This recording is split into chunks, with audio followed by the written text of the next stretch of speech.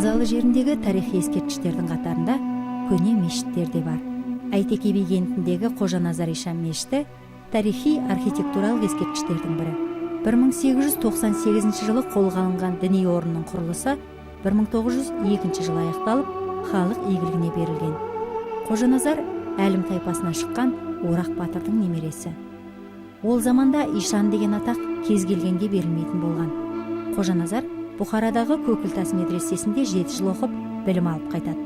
Осылайша ишан атағына ие болған екен. Ол Меккеге 3 рет сапар жасаған. Алғаш рет 1874 жылы аттанып, 4 жылдан соң оралған.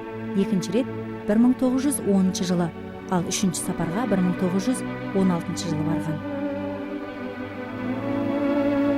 Бұл өзінің жатқан бейіті осы Қазалы ауданына қарасты Жанғожа ауылында.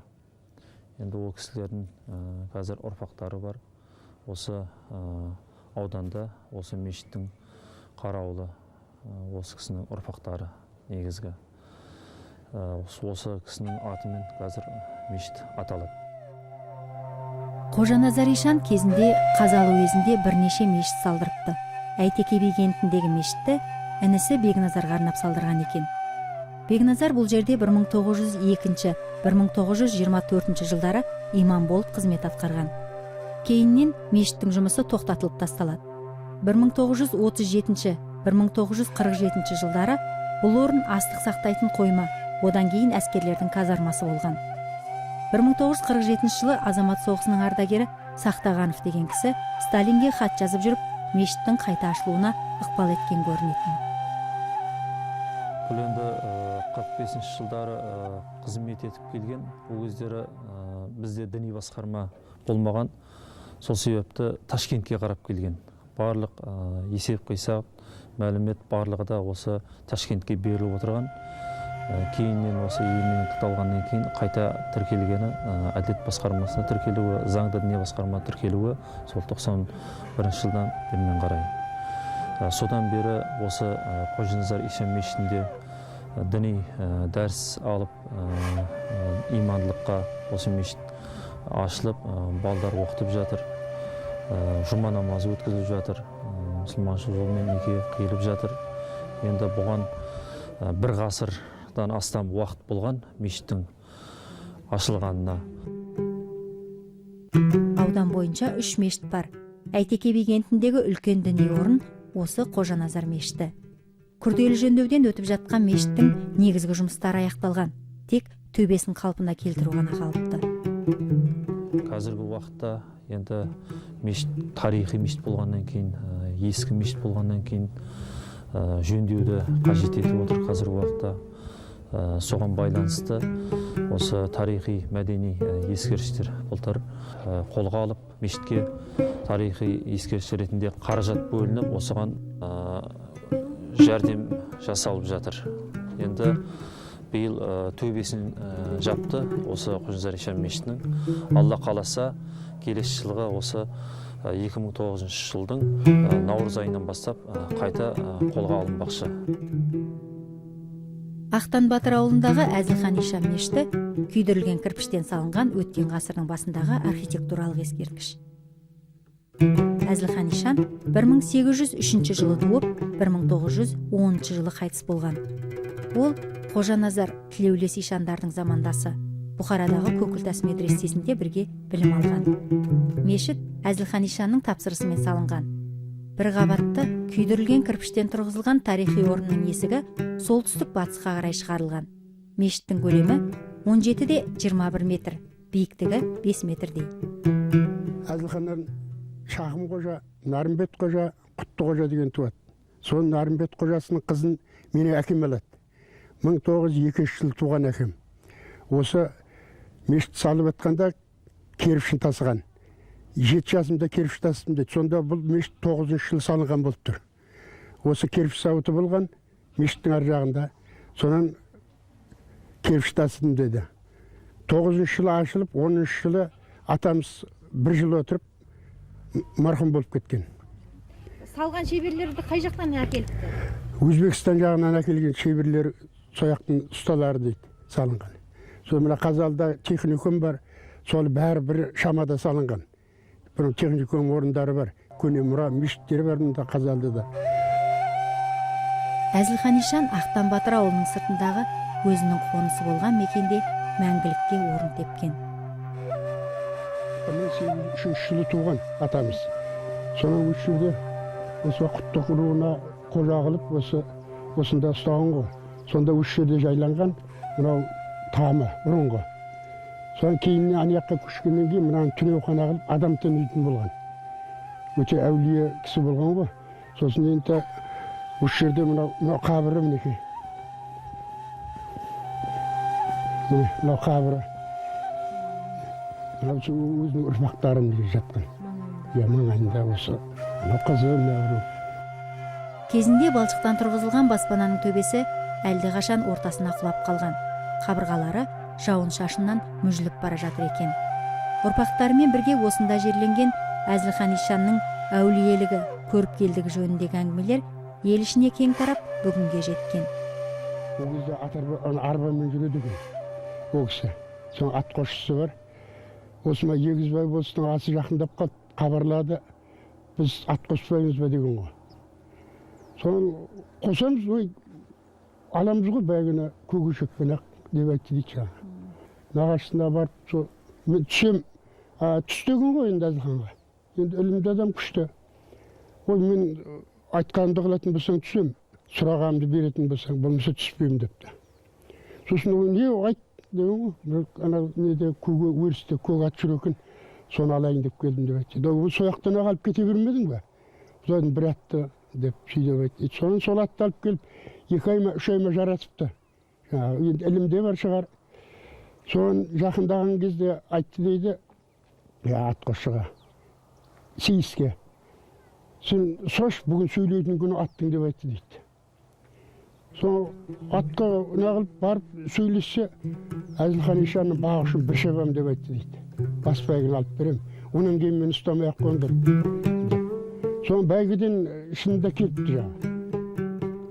Бұл Ишанның әулиелігіне байланысты айтылған әңгімелердің бір парасы ғана. Осы жердегі шырақшы Өмірбек Ақсақалдың айтуынша, зират басындағы түнеуханадағы қызметші адамдар жыландар кейпінде жүреді екен. Кезінде сол түнеухананы салу барысында ағаш жетпей қалады. Сонда түсіне Ишан кіріп аян беріпті. Ол жыланның соңынан ертеген екен. Келесі күні кездескен жыланның соңынан ілесіп жүріп келе жатып, ежелгі түнеухананы салған кезде пайдаланылмай қалған ағаштардың үстінен түсіпті. Осындай әңгімелердің барлығы Әзілхан Ишанның ерекше болмысын, әулиелігін айғақтай түседі. Дүниемен мал жимай, өмірін тек жоқ-жітікке жәрдемдесуге арнаған бабаның артында өшпес ізі қалған. Ол ауыл ішіндегі мешіті. Әзілхан Ишан мешітінің жанына кейіннен орта мектеп салынады. Білім ордасының дәл осы жерге салынуы да тегін емес еді. Діни орындарды жаппай қирату кезінде тарихи орынды сақтап қалу мақсатында оны қалқалап, осы мектепті салдырыпты. Бүгінгі ұрпақ тарихи сәулет ескерткішіне құрметпен қарайды. Орта мектептің оқушылары өлке тарихына байланысты сабақ барысында Әзілхан Ишан мешітінің тарихына қызығушылық танытып, ұстаздарының көмегімен зерттеу жұмыстарын жүргізіпті. Балалардан ой туды, апай, біздің ауылдың осы тарихы қалай деп. Тек қана ақтан қайдан туды, оның алдында қандай тарихымыз бар. Мына тереземізден көрініп тұратын мешіттің тарихы балаларды қызықтырды да. Содан негізгі идея балалардан туды да, мен тек соларды ұйымдастырушы болдым. Сол балалардың ізінде біз бірнеше жыл бойы осы өз ауылымыздың ішінде зерттеу жүргіздік. Үлкен қариялармен сөйлестік, әңгімелестік. Айналысқан сайын бір дерек қызықты болып шыға берді. Сонымен осындай үлкен жұмыс пайда болды. Алғашқыда бір сабақтың көлемінде басталған жұмыс күрделеніп, балалардың ізденуіне себеп болады. Талапты балалардан үйірме құрылып, оқушылар тарихи орын жайлы білуге ерекше ықыласпен кіріседі. Зерттеу нәтижесінде ең бірінші осы Әзілхан Ишан атадан осы мешітті бастадық. Неге ол Әзілхан Ишанның атында? Әзілхан Ишанның өзі кім ол? Бұл мешіт қалай салынды? Қалай орналасты? Мына тал неге қасиетті? Осының бәрін зерттедік. Сөйтіп келген кезде жалпы бірінші ғылыми тұжырымдама жасауға тырыстық. Осы мешітті өн бойын, ауласын бәрін өлшеп шықтық. бұл қалай орналасқан, қалай қиғаш тұр бұл.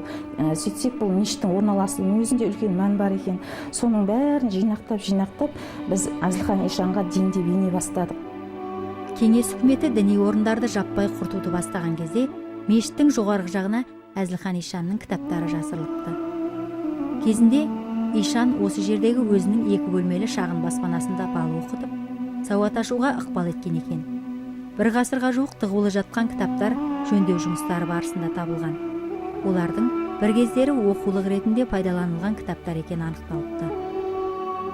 Мешітке жөндеу жұмысы жасалынған кезде күмбездің ішіне осы кітаптар жиналып жасырылған екен. Сондай кеңес үкіметі тұсында жаңа іштегі осы кітаптар, бала оқытқан, жалпы бала оқытқан ғой енді Ишанның өзі. Сол кітаптарды халық Ишанның көзі жоқ, кеңес үкіметінің саясатын жақсы біледі. Сонымен бұны жаңағы аяқ асты етпей, сол төбеге апарып жасырған екен. Сонда күмбезді ашып, осының үстін ашып, жөндеу жұмысы жүріп жатқан кезде, мысалы, ақ жыландар осы кітаптардың үстінде оратылып жатып, жаңа бірден бұны алуға рұқсат етпеген екен. Сонда жаңа жөндеу жасап жатқан кісілер Құран оқытып барған кезде барып, жаңағы жыландар кетіп, осы мына кітаптарды алған.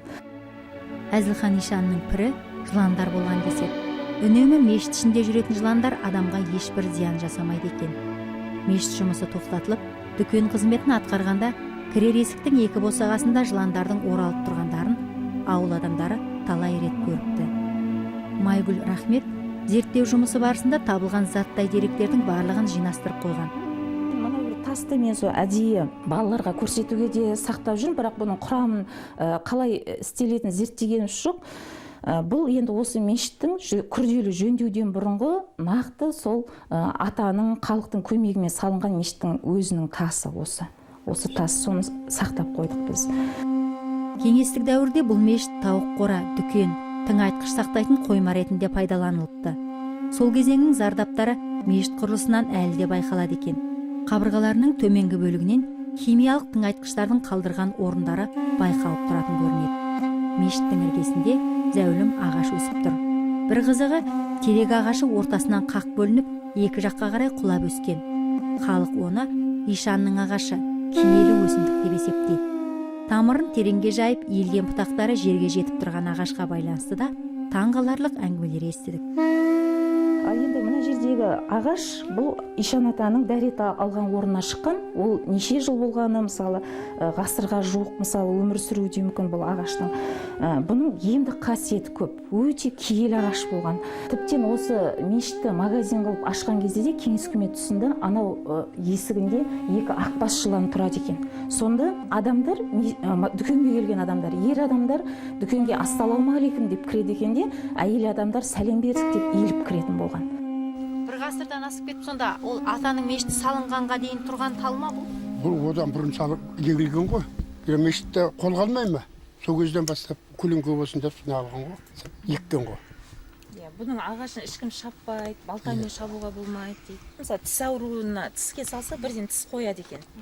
Мысалы, соны пайдаланып көрген адамдар көп осы талдың қасиеті. Өзіміз Мұндаға дейін ауылдың адамдары тиіспейді ғой бұл? Жоқ, тиіспейді. Ешкім баспайды, бұның айналасын ретсіз. Иә, аңызға айналып ұрпаққа тараған мұндай әңгімелердің шығуы тегіннен тегін емес. Жаратушыдан берілген ерекше қасиетімен, ақыл парасатымен, көрегендігімен есімі ел аузында қалған бабаларымыз еліміздің қай аймағында болса да баршылық. Оған куә талай сұрапыл тарихты бастан өткізген осындай діни орындар. Дініміз бен тілімізден, ұлтқа тән бүкіл болмысымыздан айырылып қалудың аз ғана алдында қалғанымыз ұмытылмауы тиіс. Мұның барлығы болашағымызға сабақ болары анық.